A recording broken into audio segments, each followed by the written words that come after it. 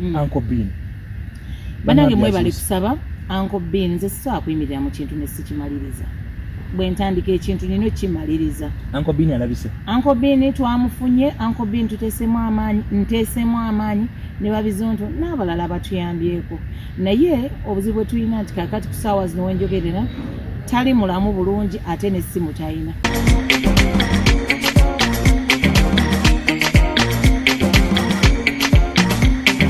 Ate tumubambi yeetaaga kujjanjaba. Ribs muno monna agamba zimuluma tasa baira ne energy tagiina ng'eyalwe yatugenda mu wamu nga wiiki emaaso kufuna obujjanjabi bulungi ne 2 weeks tumuleete ng'alina vibe eri. Bamukubye embiriizi takyali. Ajabbi tunyumiza. Uncle Bean azose abaddewa. Twamuzudde badde long process for kutuuka ku mwana oyo naye mu byonna twebaza Mukama.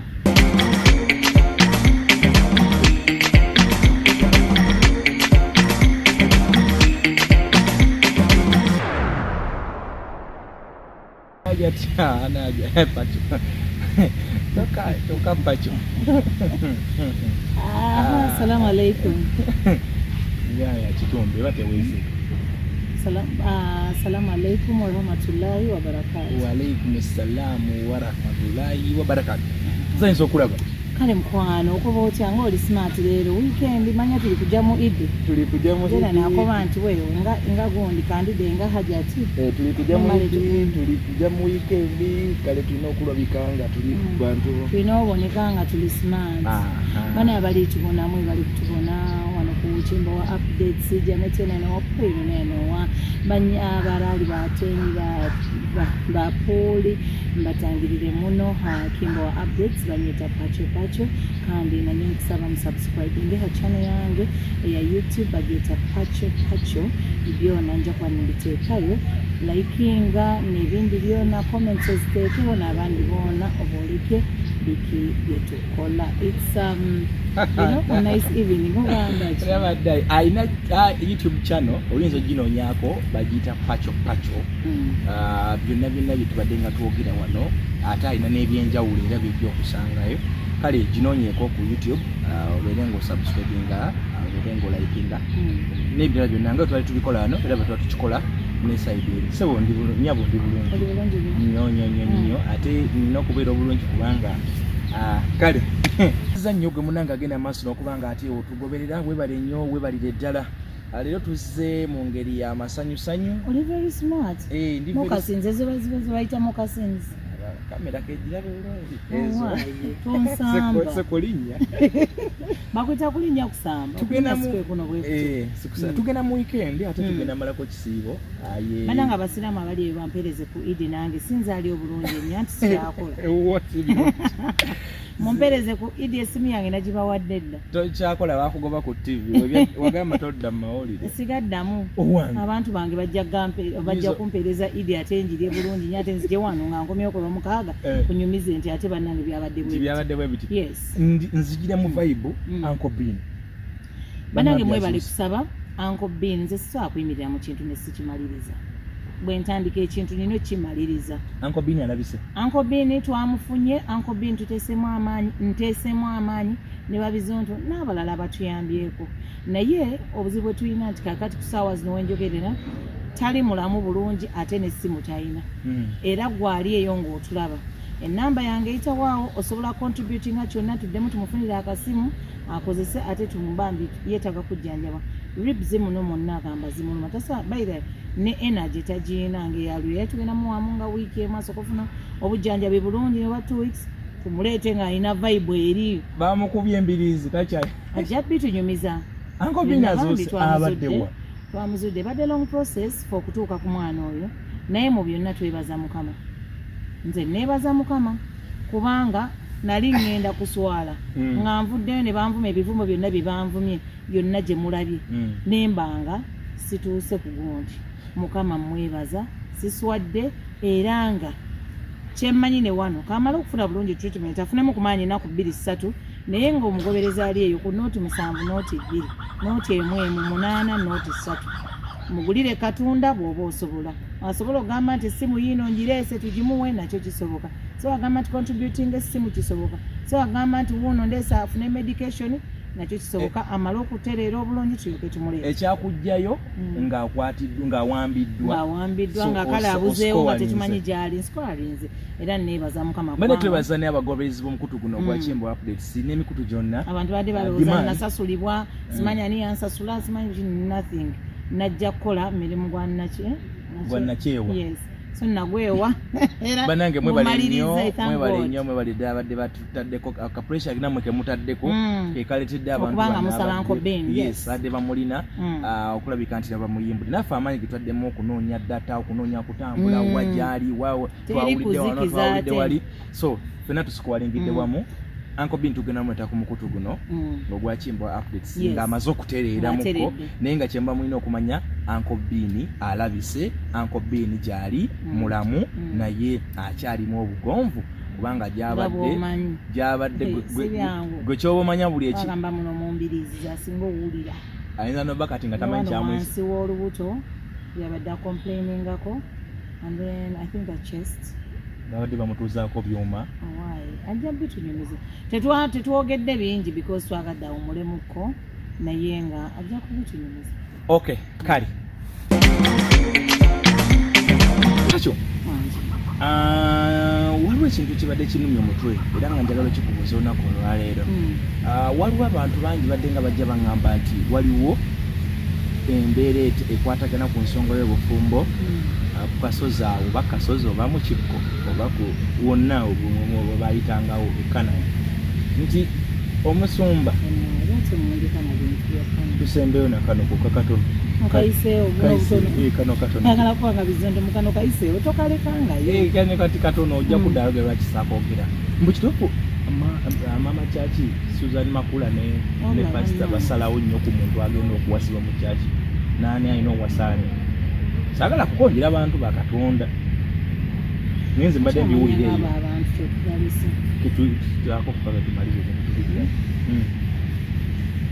embaga zemmanyi ndowooza ezaayiika ziringa nze eyasinga okunnuma oba yabyemu gye namanyako ennyingi zaali bbiri ndowooza waliwo simanyi baali bagenda wasaani ne bayatwala mu omulala kati ate bambi omuwala waliwo gwe bayitanga Joyi kati eyo gye nasinga okumanya Joyi ono yali ayimba mu church muweereza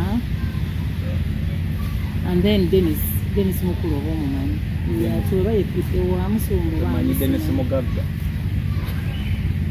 owe Bulaaya so munange ewa musumba ye Dennis zaawo bakoze bye bakola biki ffe tuli mu gears biki wena giraawo nga gears abantu they were dating nga bonna bakozi Joyi naye yali akola omukozi omu wa ku church omuwoyo Dennis ewa musumba kale ina ali ku kiddo oyinza mu Luganda oyinza oyita omugalagala w'omusumba then Joyi nga Luganda is too much is now beyond nga maybe nga Joyi muyimbi mu church because proprietor layo arrangements were done babali yali MC ne boogera n'oli omuvubuka omulala bamuyita Bob n'agenda neyo I think it was in Kaliro if I'm not mistaken yali Kaliro eyo so omukolo bogeredde omukolo ebintu bitwaliddwa naye things are like fine abantu bagenda okuva ku mukolo okudda tuwuliramu mbu kale omugole teyali musanyufu n'ebifaananyi bimu ebyalabibwa omugole omusajja nga si muki kati mbu waliwo time eyo ey'okufulumya omugole omukyala oba ki ekyaliyo munda eyo sibimanyi bulungi oliba ofunye embagaali ali bikunyumiza jantizondo kuba ye yagulimira yayogera saidi yaki ey'omuwala kwali kwanjula kalira eyo mubasoga so munaye bwe bakomawo waliwo simanyi bikinga bukozi butandika butanzi kumbe eggulu oli mu ndowooza baali tebakkaanya ani akola jjukira oyo omuwala musoga kaliro kati nga waliyo neeyo gundi nti they are fighting ekya tribal bishi something like that I think kyalimu kati bavaayo kwanjula kuwete okwanjula wayitawo wiiki emu oba wiikisi bbiri sibijjukira bulungi kuba eri baabuuza kakati bino biwedde wedding ya babogezi tumanyi okabuuza nti di wa era tutya era munamba balinaga mu budde butali bwawalabana njabeeta naye tuli mu lusoga awo ate mbaba ali musoga nanti lusoga alutegera bulungi so nange bazze omukolo bakomyewo e Kampala biwedde bulungi nyo bavuza amafuta olwo pasita ne mukyala babadde bagiddemu bako tebagenda ndowooza tebagenda bakozi ba solo tibe bagenda abakozi bebagenda n'ab'oku kyaki ndowooza era nze saaliyo tudda bantu kumaswa kuolutandise okugolola engoye zaffe tugende mu wedding reception wedding reception wiiki eddako ali eddako ba after 2 weeks sibijjukira bulungi engeri gye kutali mukolo gwange ate nga siri nnyo muntu wekukyaki nga sinnaba kubeera nyiso gundi tonnanyweza nanyweza nanyweza ki ekifo nanyweza mukoza gaali nali mwagala nnyo nga ayimba bulungi era nga alina her personal music era nze nagala nnyo music simu yange ngaamuntereza ngaoyo jjoyo nange nakulwembaga mwala abagenzi mu saaloni buli kimu bannange owa keeki yakola keeki kwokomya amaaso nga nnungi okuzaama omutindi yati nga biyitirivu nnyo eyo yembaga gyempirako omukyaki nga bagamba nti bamusonera miliyoni ngaano almost nga tateeseemu kintu kye kyonna era banaye buli kimu kyakolebwa bulungi bwe nawulira mbu zisaaliyawo bagambye yokana nti sobola kusonda ezo sente sema abantu nga baatuwanga emisaala nga buli mwezi twagifuna ate mukyaki mbamu embaga nyingi kati oyinza okubesingira ku bantu tibajja kusondera akati munange bakomyewo enkeera omuwala ali mu saaloni bavudde mu saaloni bambadde batimbye olwo bakugattirwawa kisibeera biddemu ani yaliwo okubagatta sibikukira kyaki ki naye nga sikkanani bantu bambadde bantu ku reception batuuse dda zisaaza reception already eri well set music is going on setting yonna yakoleddwa keeke etunulanga oba kiki bannange I don't know reception yali ludda waawo saizi eyo ngaeyo nga wansi something eyo saizi eyo ate nga Sam Gardens eyo mbanvuga obanga mbuuza nti bannange reception yo egenda kubeerawa ovuga ogenda ku mukolo nagenda okulaba akamesagi akasooka ku WhatsApp oba yali WhatsApp mbu this thing has been what omukolo bagukansolinze omukolo oguli ku ddidde ngamba nidde kino tekisooka nina mundekera akusaala abantu mu gurupu awo buli omu ati bitya ngamba nidde mukubireko ogwomera mu mubuuze bagukansolinga muza saatuukayo ngamba kangira nsitopingamu wano sooke ntuuke mpulirize ebiri tulina we twatuulanga ogenda tutuukagana kiki mwepaky ate tuwulira nti omukolo bakukansolinze teguliiyo omugolo omusajja talabika simanyi biki denisi mukazi wattu eyambadde eddagayesiinera nange manyi ekisiraani ekyo buli wenzijukira mbadde empira nga muli munda mu mwezi toshebulanaku nzija nze atali gwe baali bagenda okuwasa katole gwe baali bagenda okuba ennaku so mwatuuka ku reception ng'omugole gyali ndisaatuukayo wakoma waliwo parkings awo bawa nsonga ki oba bamugamba wasenyumula oba bikimukwanza lindako kugamba eki nga biini bw'oliba omufunyi alabika yalina information ajja kubuulira nga kulw'omukolo gwe nnyini baba bali awo nga batowa order abantu bonna we bali abantu bandikanikanye sawa ziweze 8 limonda reception jukira gyeri abakeera okujja ku reception abatagenze ku kyaki nga mbotera n'omukiri baba aliaza akuttemu ku maiki awo akola neyeekazaamu kaawo ndowooza oba yali tannabitegeera naye bakutte microphone balinda abagole mbu nga tebabala kujjukira nti seeyongeddeeyo ku mukolo naye nga wali ebyokunywa byonna sooda oba waliwo omukulazi nga mmeka kwe kulagira bali n'agamba mugiramu wa ku bagenyi ki bagira banywa sooda nabiki mugiramu nywa nga yebanywa baleetawo ne batandika okubuuza abagole abatajja olwo n'abazadde baateese dda abazadde tebaali mu kyaki abazadde babeerayo mu kyaki kati wali abasajja ne badde ne babuuza MC kiki ekigenda maaso ne wabaawo akubiramba banyamugamba tewali busejje n'abagole tebalange mu kyaki tewali wedding ebadde cancelled era buli bwe njogera ku kintu ekyo mpulira mubi mpulira nga naye okimanyi waliwo abalabi baffe abali nga mutulaba nsaba kunoonyeza ku nnamba y'oyo mwana gyoli bwe nasembayo okuwulira ebimukwatako nga waliwo aŋambye tali bulungi mentally bambi that girl I think from that time she really needed someone okubeera amukansolinga ennyo waliwo eyaŋŋamba yes gy'oyo ono alabika yeetaaga kansoli gy'oyo alabikanga n'obwongo bwagiramukko mwana gwo temusobola kutuuka banayina bali mutajo yani okwatako da joy banayina amanyi ku joy amayitire joy oyo abakanani bamumanyi saba ku nnamba iwabanga gyali oba olina gwe wali omulabyeko w'osuubira okubanga waali tutegeezeeko tuule ennyumyemukko naye because this is not the end of the road for her yayinza okuddayo naye n'alowooza nsi neyeekubagiza n'alowooza that is the maybe omusajja gwe yali alina the last man gwe yali alina okufuna no nze oluusi nze manyi ebiseera ebisinga mu bulamu obwange nze buli kibaawo manyi okugamba nti Allah yamanyi ba mukama yamanyi kubanga Allah takola ki tagira kibi kaakati ayinza okuba alina nga naye bye yamuwonya yenga jjooyo kisenga yalimu n'oyo omusajja oba kino kyalituuseewo oba sinakindi weekwate ku mukama akulaga omusajja owo maybe walijja kubeera n'oyo omusajja nga takwagala mu mutima naye nga yali akikola kusanyusa ki kati decision yajja ndowooza mukama we n'amugamba oyo omuwala nze simwagala tomuwasa kyali muko tribe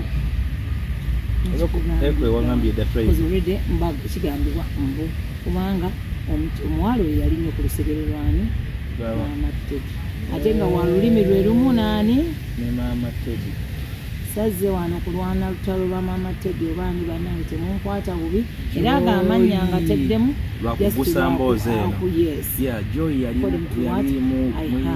mu kyaki so munnange simanyi bulungi naye Joy engeri gye nina programs enala ez'okukola ezibodaabuda abantu nezikomya abantu emitima so reva no amanyi ate naawe ng'oli eyo ng'olina story eyo gyoyagala nsharingeko naawe please you can reach out yes enamba yange eri awo ku screen oba njinziremu ngikusomere ogenda giteekako banfune bonkubireko twogere tusharinge mukwano tewali kitaggwawo oyinza okuba olina embeera gy'oyitamu nga owulira muli weetamiddwa wenye owulira nga ensi ekutamye mukwano nga oyina bba weetaaga bwetaazi muntu wakwogerako naye manyi buli woogera ku kintu okkakkana omutima kati nenzigampulirako nti ate Joy bamulabakaawo nga mu lukubo mu kikuubo manyi wano babulira enjiri ku street mu lumu ne bamulabako naye nga yenna kwega mbu tategeere simanyi oli kye yali yategeeza mbu tategeereka Joy ye muwala yayinanga obusente bwe obwekiwala bulungi n'akamotoka ke ekina ebinnya omuvubuka ku lunaku lw'embaga yali kidnapped oba yamaana alabika alina bwe yali era enkera balindoza oba baani yagenda okuddamu okukuba essimu ngabaga ali Soroti nagenze waawe yali nzaala ze Soroti oba yakirayo bukulizi oba weeyo simanyi so naye after weeks ezadda ku madamu ne mulaba yakomawo ku mulimu nga itinoma alinga tewali kyabadde ne kakati akyali gyali akyalage I think yawasa omukazi omulala I don't know kyesimanyi kozi nze wenavaayo saddamu kugoberera I don't follow I don't nze bitankwatako tebinkwatako tobiwa makulu mbadde nkiwulirangamu eyo gye nakola ki yembaga omulala awo era naye mbu baali batwala ebintu eno nomuwala n'alinda omutwale waba omuwala omulala. Can you imagine what is going on in that church? A church which has elders. Banange senga bino byonna ebadde bigenda mu maaso mu church. Sigambe yono naye ŋŋamba kati kanteeke wamu church z'abalokole ezisinga ebigenda mu maaso senga byali biri kuhapeninga ku mukatuliki oba ku muisiraamu. Walirayo baseeka bonna nga batula nga bagamba bannange nedda seeka gundi alabika asuusizza katumuyite tutuleko naye. Naye abalokole beevuma ne boogera ebigambo ebitaliiyo ne bawemula ne bakola kinga tebyabakuba ku mukono. Olokole tebalina bukulembeze bwawamu buli omu atandika ekyaki. Lwaki tebatuula ne bagamba bannange nedda muganda waffe osuusizza wano. Ate baba bakatuliki okuva si buli kimuntu kumusomesa ku parish paka Roma balina obukulembeze obwo. Si buli kimuntu olina kibuukira buli kizza okibuukire oyogere you comment about this and that ebirala bimma amazzi. Bagenda okwanjula nga omuvubuka Kitegeeza alidedeza abawala babiri in the same time. Neba eri omuwala ewaabwe ne bategeka n'eweno ne bategeka. Ate endala.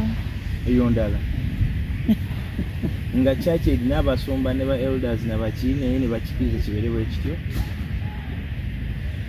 Sometimes I wonder, and Gundi is a dictator as well.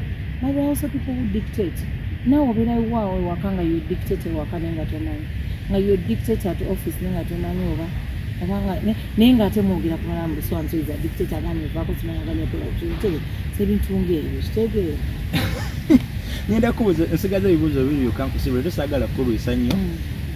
Twagala kuddayo okugenda kunoonya bbini ate otugambye nti woddira wano seera n'okuwakadde ogende omunoonya ebintu bibiri ku mulundi guli twaleka otuleetera emboozi ya nammeere gy'oba oyisawo yokkayoka then nkubuuza ebirala jasi nammeere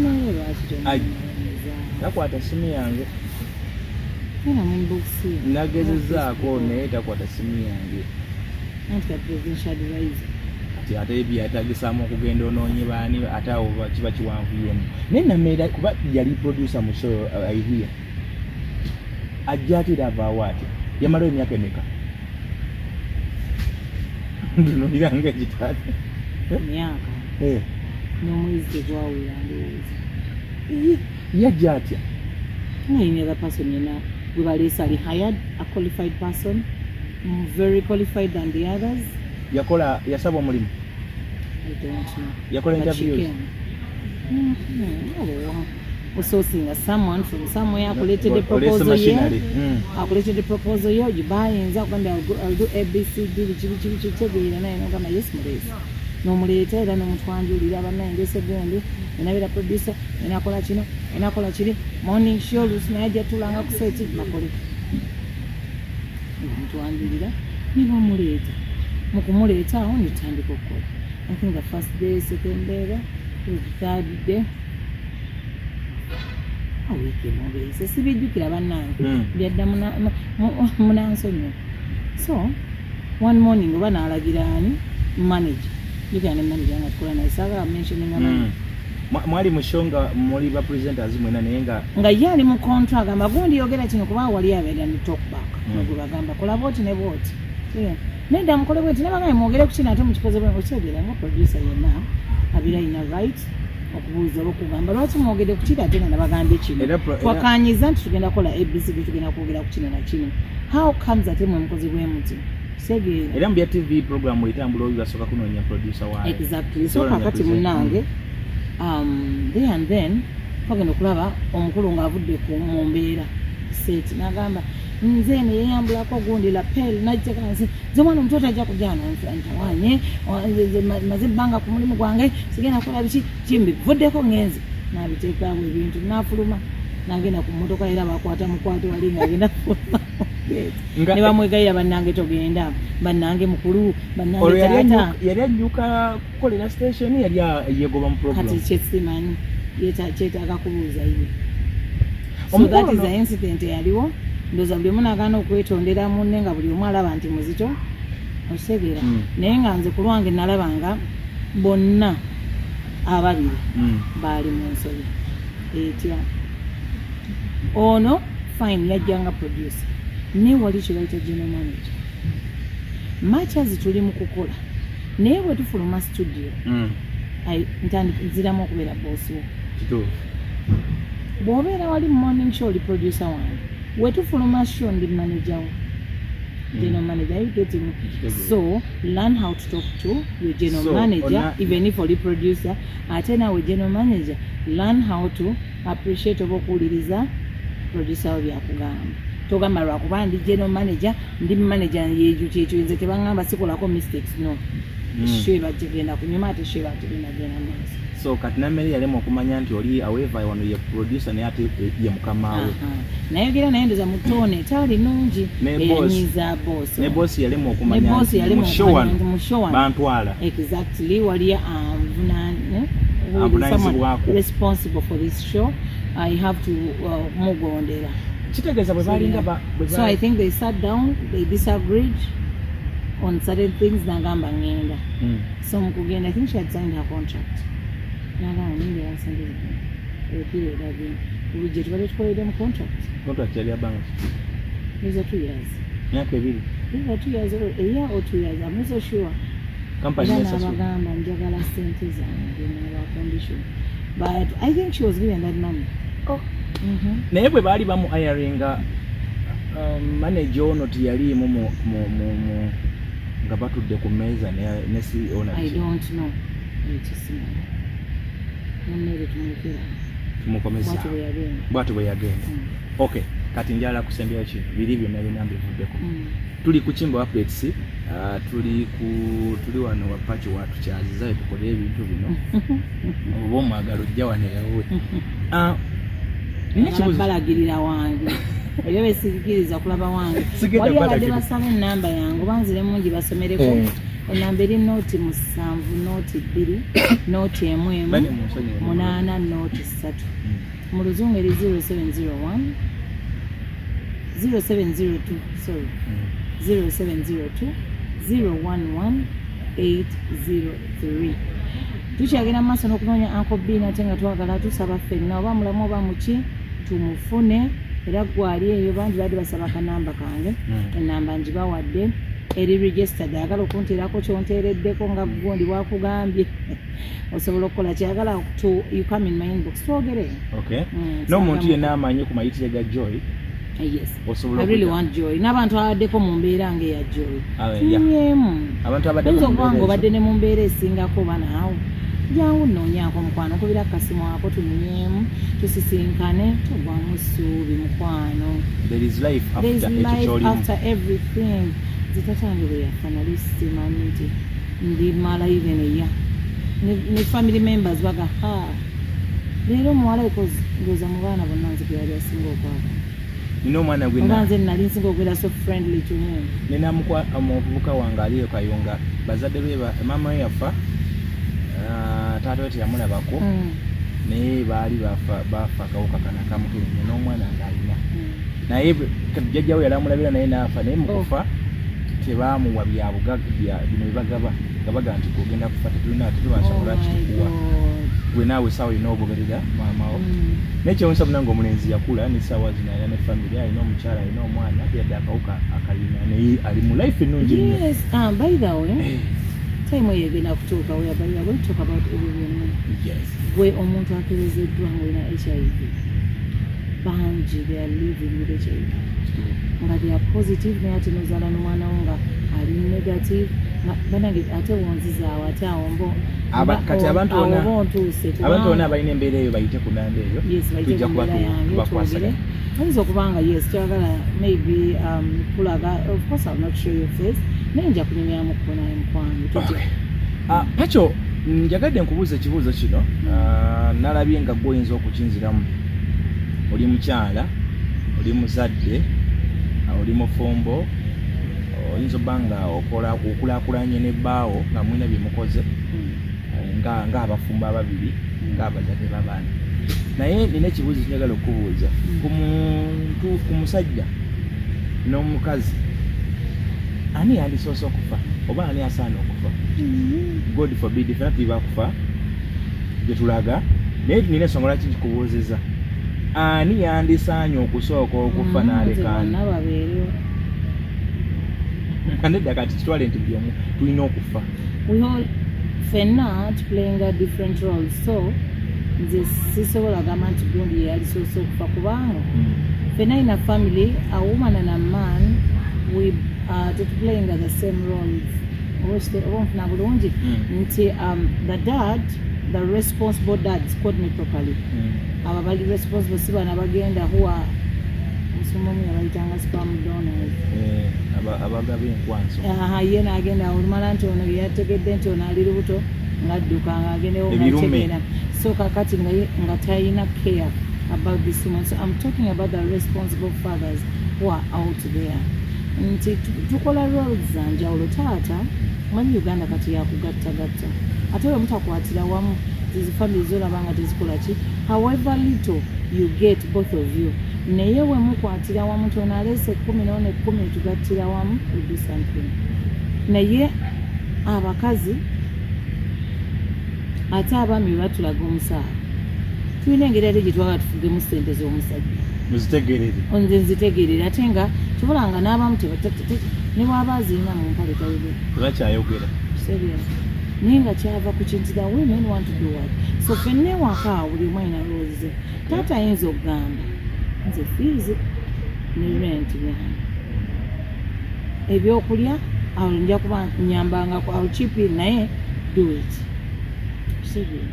kati if you have a man asasula fees asasula rent emmere tusobola kuzanyawo emmere kikwasaganya naawe bibyo ebintu ebireetera afamilies okubanga zikola ki ti n'omusajja ono bambi ne bw'aba yagala okukola ekintu kyona sijja kikola sitaani tonkema kanzire ewa mukyala wange kuba tukwatagana ate you know because buli kimu okikolera wamu so kyobulaba nze ŋŋambye dda nebyo gamba nti ono afoba oli bonna baali baddewo mukama yasalawo n'agamba nti naye kubanga ffenna roles zetuplayinga za njawulo naddala eri bataata ab'obuvunaanyizibwa abafuddeyo eriyo bataata nga bambi afuna kitono naye afaayo paati b y'ekibuuzo ekyo kuba biri omu bw'afa ani asinga okukaluubirizibwa obulamu ebiseera ebisinga omukyala atya tugeze mukyala tabadde wampita oluusi n'okumwanjula tebamwanjula naye azaaliddewo abaana be era mubadde mumumanyi nti emyaka 15 oba 10 kale negiba 3 ye mukyala Kasimagwa era ade bajjanga nga temukola ki naye omusajja olufudde ne wiiki tannabajjimala mutaka mumugamba aveewo agenda alage lwaki mwabimugamba nga omusajja waawe ekyo kimu oluusi ne bagamba katumuggyeko abaana mubatwalawa luli bwe baali gundi lwaki mukola ki abagambyeko nti bamulemeredde muleke mubatwale anti baba ku lukwesikwesi kujjako era bintu biri ekyokusatu omukyalo ono bannange naffe tulina feelings omukyalo ono sirabangako actually omukazi nga baawe afudde ne bamukiriza nti officially naye getting married somewhere else babikolanga mu bubba n'afunayo ka boyfriend ke bali n'alikola mu bubba naye nga ye takoze eki so nga ate omusajja ye bw'afiirwa omukazi he marries another one and it is okay. Why is it not okay for a woman? Naye ayina omusajja katubawe ne kula example ezibaddewo ku bantu abali prominent abolaba Hajjat Kulthum Muzaata kyalinga ekiva ennyo ajjati okufuna omuntu naye yesalira bayita ate ebintu mbabuulire mulina okusalangawo nawe olimireko ogambe no I think I want this nkyali muto kyagala kuzaala y'abaana bange let me so get married nkazi era kyali muto ayakazaala omwana omu myaka kyali kusaidiye muyivu omusajja afudde kati asigale obulamu bwe bwonna abantu bamulumba abasiraamu abafamily abatalina kyakwogera naye tolaba nti ye yasanyusa mutima gwe nadeciding okukola kyalina okukola and she's happy. Why would you live in denial? Ekyokulaba nze ngamba ebiseera ebisinga saagala nnyo kuwulira gundi yanjogeddeko kino gundi yanjogeddeko kiri, let that gundi continue talking. Naye nze obulamu bwange nze mmanyi bwembukola ki bwembwagala ate nze mmanyi bwenjagala bubeere. I want to live a happy life. The man has died, yes, kale because of the children njabba nenda bakole ki, but if there is a chance wazewo ampasa, why don't you give me also a chance nange bampase? Exactly. Bwaba agenda kulabirira abaana bange bano kati question eri toyinza kunniima nti ogenda kumpasa nga oba onjagala nga toyagala mugugu gwange gwenina oba abaana bange kiri basikola ki. Question eyo gyombuuza, it is upon that man over my agreement with him, of course. Eno ennyumba kateba y'abaana sisobola kugiteera kamusajja kuwasa musajja mmuleetamu, but if that man has the capacity to marry me and take me to overbuild for me another house, then nsigalawo nga y'abaana oba nensalawo neŋŋamba kangipangise oba sina bajjemu fees oba esigale nga yaffe era tujjamu abaana ne bajjawo holiday ne tubeerawo ne tukola ki ne tuddeera. Njagala okukusaba njogedde nti oyogedde bulungi abantu mwenna ng'oyagala okukomentinga ku topic eno messages ziteekawo mu comment naye eri bamulamu eri abantu ab'ekika mulekerawo okuteekawo olugezigezi obulungi. Baba muganda mwafudde abadde ne mukazi we nga mumumanyi omukazi mumuleke ne bw'oba obadde tomumanyi, the fact that aze ayina n'omusaayi gwammwe. You people, let's try to put abantu bano mu bigere mu ngatto zaabwe. Ogambe naye senga abadde nze ate bamulamu nabatera okukola ebintu ng'ebyo omusanga yaddibaadiba ewaabwe nga yakola ki nga ye talina naye yadduka dda mu bufumbo bwa mirundi ng'emeka yadda waka oyo basinga otawaanya abaana naye gwe bw'obanga byali fine gwe lwaki wavaayo ate nabo bennyini ate nabo lwaki wavaayo n'otagumirayo. Buno obufumbo, it's a matter of kutegeeragana and understanding and putting yourself into this person's shoes.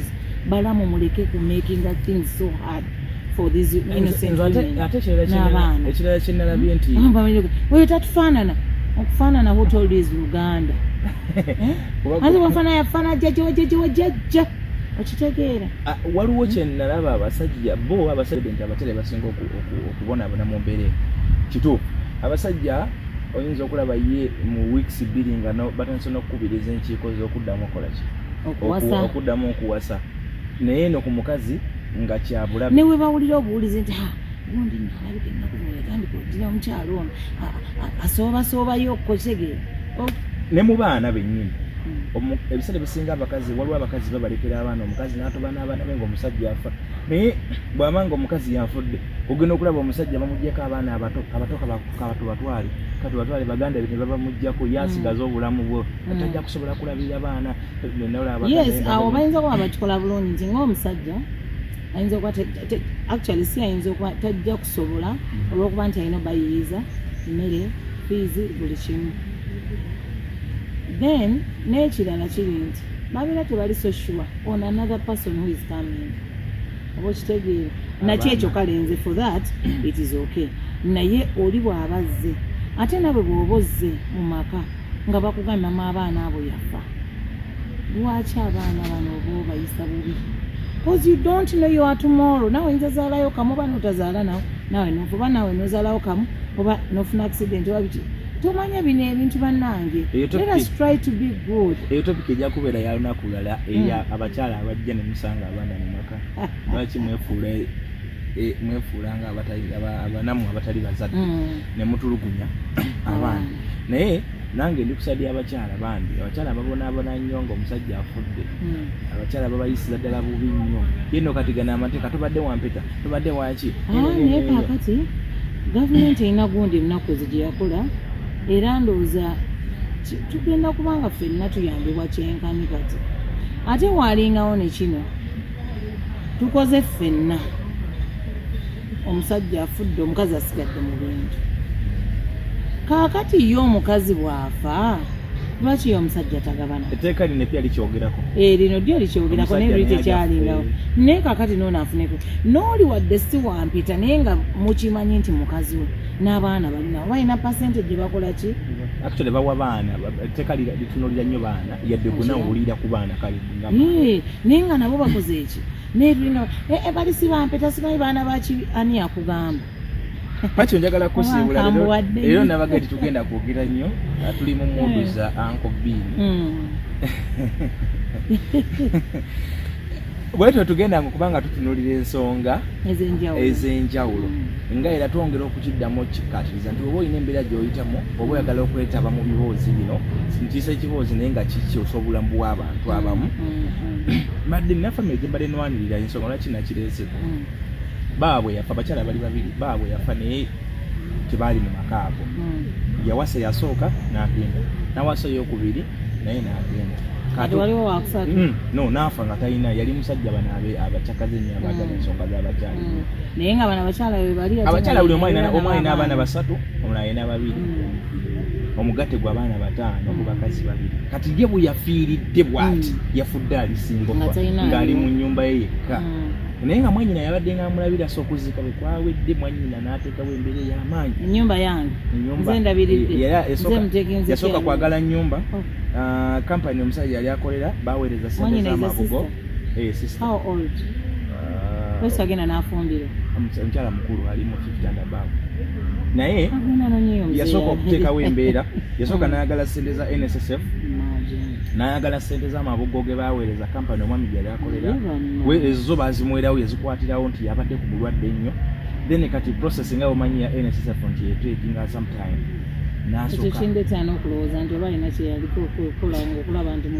n'asooka adilayinga process jjukira bo aba NSSF famire mutuule mukuŋŋaane mugende wa dimisota geno mugende kwerosi mugende kugombola mugende wa kati nga naye ali part of the family baagalako omuntu ali representative ku meeting eyo naye yetaddewo nnyo nange omugenzi abadde mwannyinaze yafiira mu ngalo zange nze badde mulabirira paka adimisota bwe yabagamba nennyabo bano bannamwandu bakazi bakulu basigaza abaana gwobadde bwezi asisita w'omugenzi kyogamba abantu basobola kumanaginga property za baabwe uwayo ku property zino awo yabibidana era abakazi baprocessing ebintu byabwe nga bali babiri kwata abakazi bo nga bakwatagana yensonga laki ndeesa emboozi eyo nga njagala tukyogereko naye okinzizeemu era bulungi oli mukazi mugezi put in your comments tujja kubanga tuzisoma oyagala okwogerako nange nawe namba kweri 0702011803 tusobole okubanga tuwuliziganya nga tuwulira tugenda kubanga tuwulira ku nsonga zanjawulo waneeno okubanga munnanga abantu mubeera yiyo n'otya okweyogerako kale nze kantwala obuvunaanyizibwa obwo nja kubanga ndyogere ojja kujjanga mu inbox yange tuwogere then may bring it out n'abatulaba batuwe ku advice as they are watching the show they keep you us advice in the comments banange mbagala nnyo. It has been a short one but let's keep it tuned in next time tugenda kubanga tukoma tujjako mawo n'ebintu bingi tulinayo n'enkuza y'abaana naddala abaana abawala bafuuse ekijolooto mu Kampala wano osanga omwana omuwala nga tatya kwogera ebigambo bitetegerekeka ng'asobola okuyimira wayimiridde oba ali kadaala kaki oba aliwa n'alyokayo oba ali ku zino YouTube ezajja n'alyokayo yogera ekigambo kino n'akizako kino n'azzaako kiri n'ogamba ono omwana muwala muwala yekana nti tunenya omanyi omukazi you portray something in the public nti omulenzi atasobola kukola I mean waliwo ekintu gwe omukyala ntosobola kukikola omulenzi kyakola bw'okyota so now what do I portray nze nanze Pacho kati oli mukyala ali decent sebanga lyenkolaganye naawe sikuwulira nkonti wavuddemu ekigambo ekiyinza okusasamaza community oba ekiyinza okusasamaza omuntu naye osobola okusanga omukazi ng'ate mukulu ng'ali mu bantu ng'ate nga bakulu nga n'ebigambo abyogera amanyi bigenda vayiro naye n'alyoka agamba nti gwe olinga ekidomola banna kale yenze muzzukulu wa Kisolo Martin Kimbuwa nga tuyingira weekend bwetu tubadde tuli mu modi ya kiweekend naye nga twagala okubaagala nnyo mugende maaso n'okuba nga musubscribinga mugende maaso n'okulayikinga ebintu bingi nyo bitugenda okuba nga ate atwongera okubatuusaako ayagala okumukolera omukolo gwe kwanjula kukyala workshop n'ebirala eri namba gikubeko waggulu awo tujja kuba nga tuteekateeka omukolo gwo mu bintu bingi nyo decoration abogezi bakatumwa n'abala bonna tujja kuba nga otukwasaganya oba tukwasaganya enamba weeri awo osobola okuba nga oyita okwo nawe olina embeera gy'oyitamu olina amawulire agali mu area yo olina omuntu simanyi obadde kadamu obadde bweru ng'osinika sente zo bakuzimbira enju wasanga tebazimbye simanyi wakolaki bakolaki tujja kuba tulondoola ensonga ezo paka we tunaziggusa yenze muzzukulu wa Kisolo Martin Kimbuwa nkwagaliza byonjagaliza